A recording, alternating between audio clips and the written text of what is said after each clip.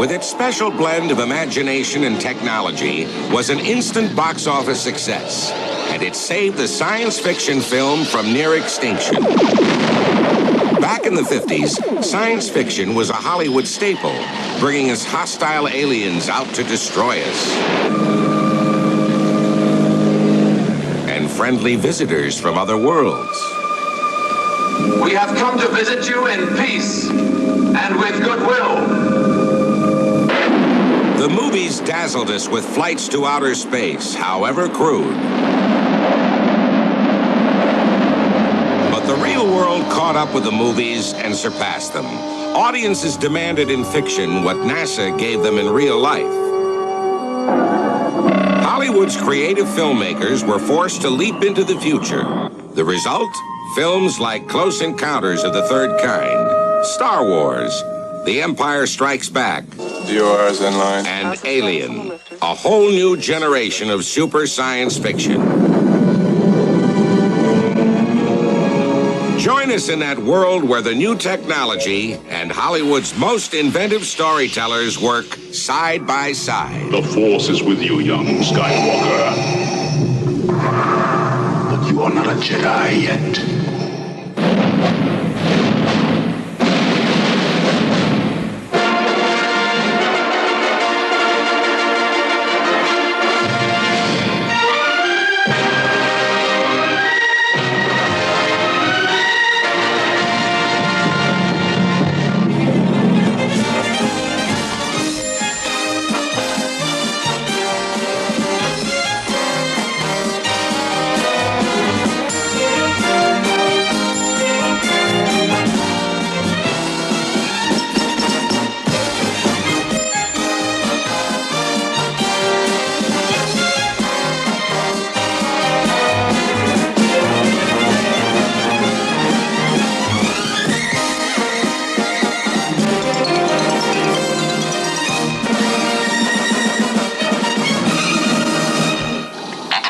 Don't get technical with me, you nearsighted scrap pile. On your AM radio dial, you'll find jokes. So try new Ultraband Solid. Ultraband Solid and Roll-On, both now on sale at your local ShopRite store.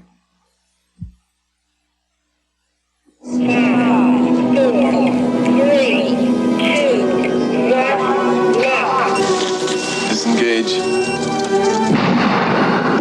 One of the biggest science fiction films of all time is Alien. It combines the new science of the space program with the brilliant fiction of Hollywood. 7, 6, Roll 92 degrees, port yaw. Prime the port.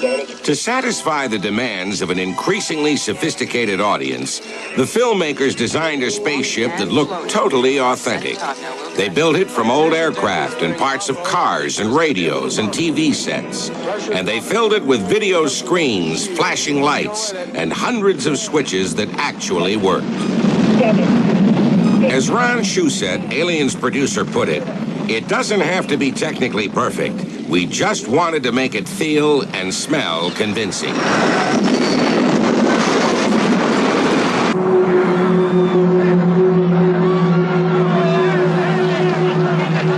Years ago, such realism was impossible, and spaceflight for us was still a dream. So Hollywood brought other worlds and their inhabitants to Earth with flying saucers.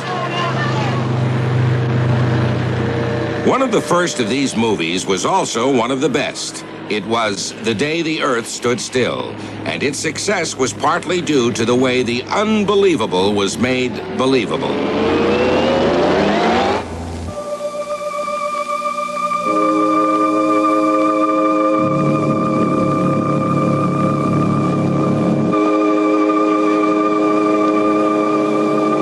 $100,000, a fortune at the time, went into building a giant saucer 350 feet across. And one day, it almost worked. High winds lifted the huge craft off the ground during production, and Hollywood became the first to build a saucer that actually flew.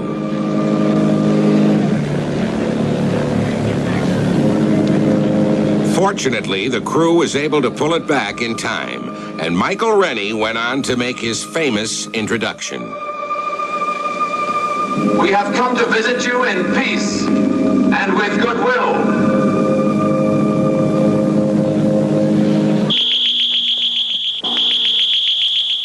In 1953, director George Pal adapted H.G. Wells' novel War of the Worlds and created another classic film.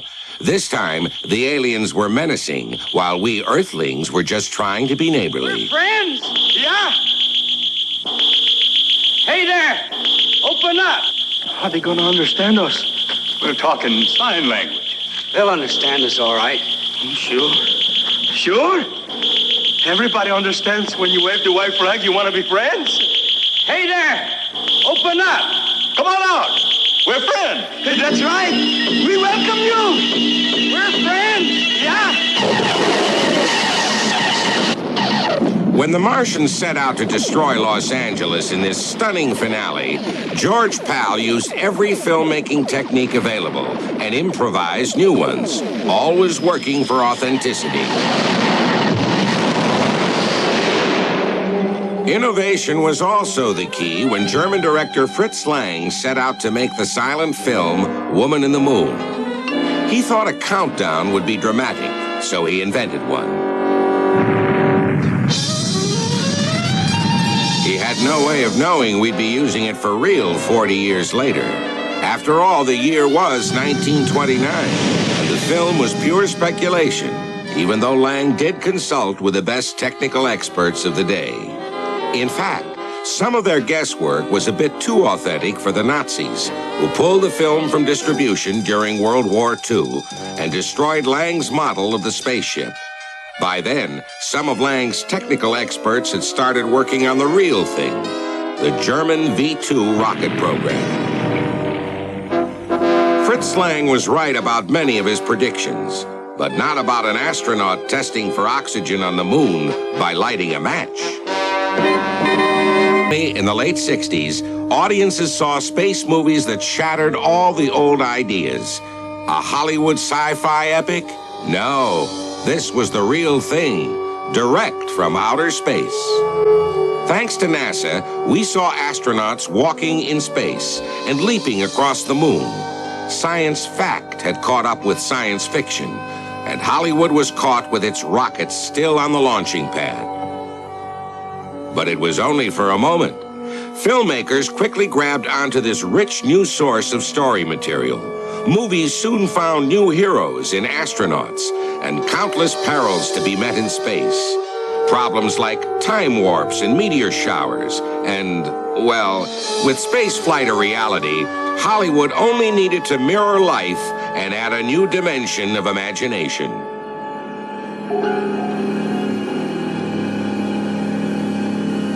Planet of the Apes had all that. It was so popular that it led to not just one, but 4 sequels, and a TV series, too. It took us beyond NASA, far into the Earth's future. There, the filmmakers created a fascinating world ruled by apes, where humans were slaves.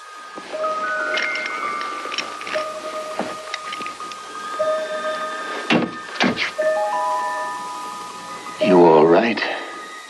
For Charlton Heston and his crew, the perils of space travel, like suspended animation, created problems before they even left their ship. The space program created a revolution in filmmaking. Here they come.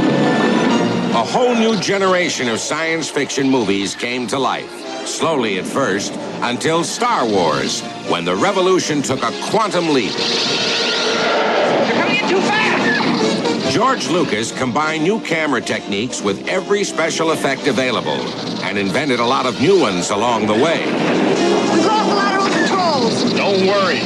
You'll hold together. Baby, hold together. Audiences thrilled to the breakthrough they saw on the screen. Here was good against evil, the swashbuckling and daring do of the old Saturday matinee. Planet Earth would never be the same. I got him! Great, kid. Don't get cocky.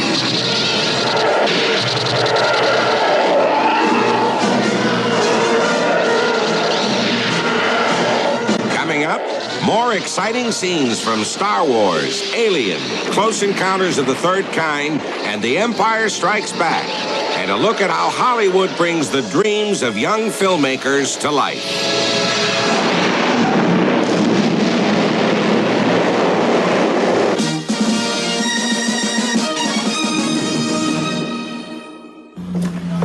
It's cold, Mr. Brady, and I've got to work. Today is the wedding of the Amato quintuplets. I'm the father of the brides, the man who has to pay for all this. For a wedding gift, I gave each of my angels the new Sony Betamax SL5000. It's the most ingenious Betamax ever created, the simplest and easiest to use. Its advanced front-loading system is just amazing, and it even has remote control and beta scan. But the real genius of this Betamax is its price. The genius of Betamax, only from Sony. You are looking at Rare Footage, a short film by a young student about an escape from an underground world. CHX 1138-40B. CHX 1138-40B. This is authority. You will stop where you are. The student was George Lucas, and the film, THX 1138 Electronic Labyrinth, got his career off to a running start and showed off some real low-budget ingenuity. George filmed late at night in airport terminals and parking garages to create this world where people behaved a lot like robots. 10 years later, George brought us a new story from a galaxy far away. How did we get into this mess? I really don't know how. We seem to be made to suffer. It's our lot in life. What a desolate place this is. This time, George created two robots who behave a lot like people. Where do you think you're going? Well, I'm not going that way. It's much too rocky. This touch was just one of hundreds that made Star Wars such a delight. In fact, much of what went into this blockbuster had never been tried before. What mission? What are you talking about? I've just about had enough of you. Go that way. You'll be malfunctioning within a day, you nearsighted scrap pile. And don't let me catch you following me, begging for help, because you won't get it. George knew there were bound to be some problems.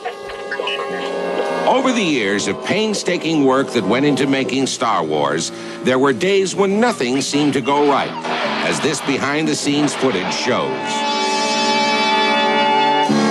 Don't get technical with me, you nearsighted scrap pile. And don't let me catch you following me, begging for help, because you won't get it. But when the bugs got ironed out, everything fell into place.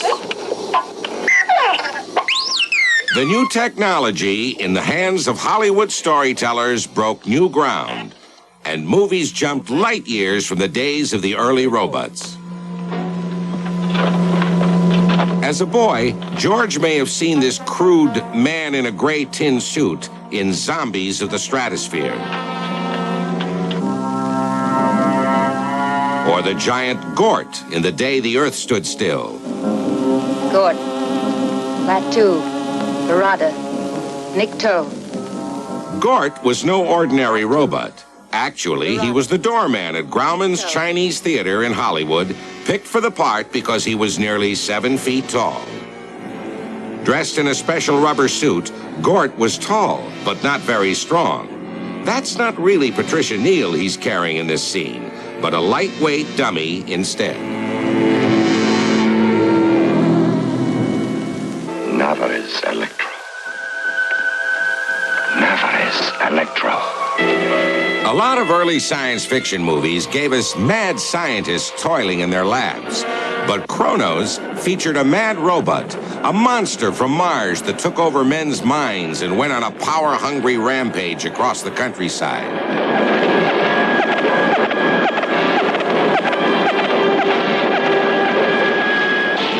Kronos gobbled up power plants like jelly beans until he finally blew a fuse and the Earth was saved. There were more friendly-looking robots. Tobor the Great was designed to take the place of men on dangerous trips into space. Well, gentlemen, meet Tobor, a childish joke of mine. Robot spelled backwards. In fact, the term robot is hardly accurate in spite of my joke.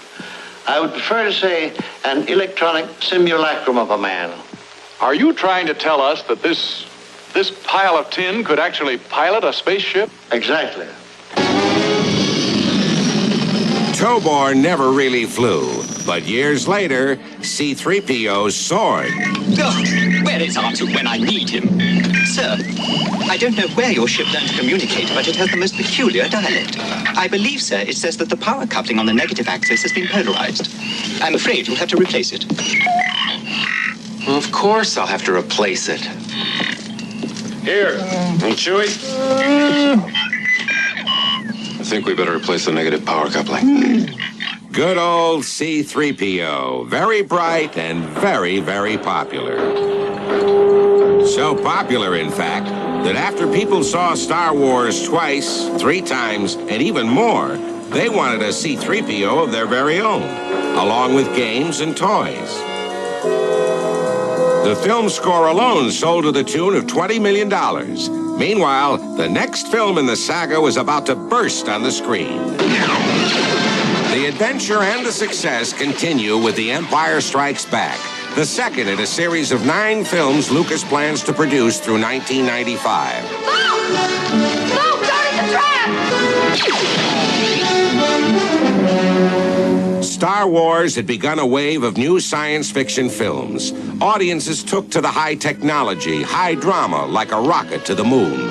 But no film was as eagerly anticipated as The Empire Strikes Back.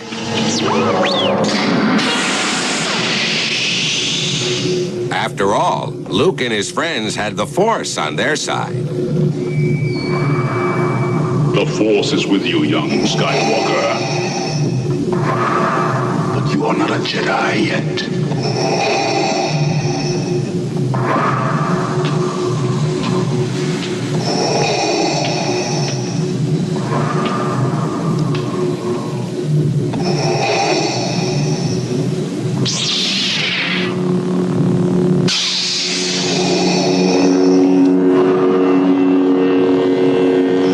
Empire Strikes Back reaffirmed the strength of the original film. Audiences marvel at the wondrous technology on the screen, but they also come for the characters and the story, to root for the heroes and to hiss the evil villains. The new promise of film technology and a growing audience lured another group of young filmmakers.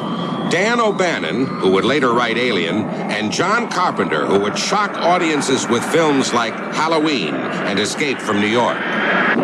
Sorry to interrupt your recreation, fellows, but it is time for Sergeant Pinback to feed the alien. The movie is a science fiction spoof called Dark Star. All right, where are you?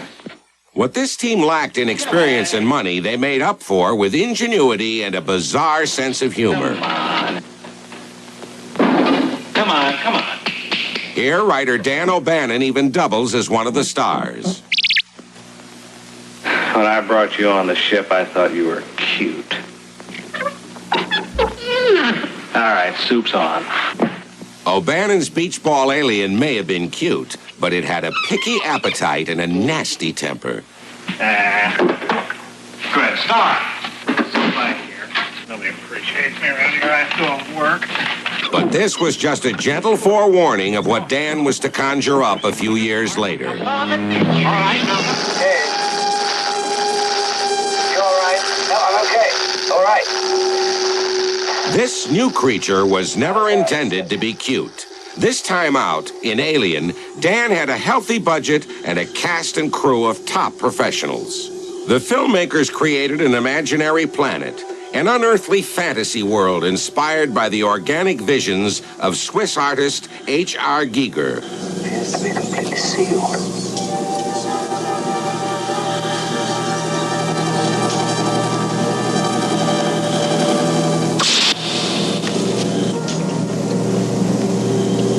Wait a minute, there's movement. It seems to have life. Organic life. To create the alien embryo, to make it frighteningly real, actual animal parts were used, and audiences jumped out of their seats at what they saw.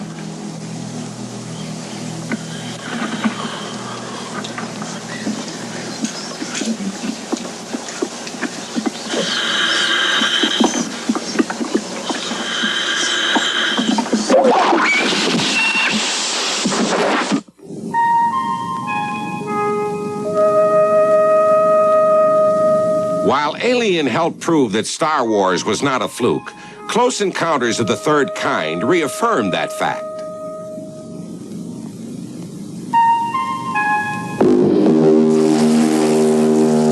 Filmmakers have caught up with science fact and taken it a step beyond to create a whole new wave of movies. Science fiction's here to stay. With the new production techniques available, Hollywood is finding deep space as close as the wide open spaces used to be.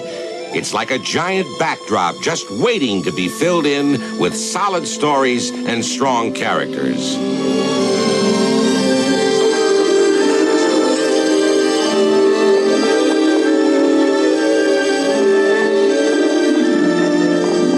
And you know it will, because that's Hollywood.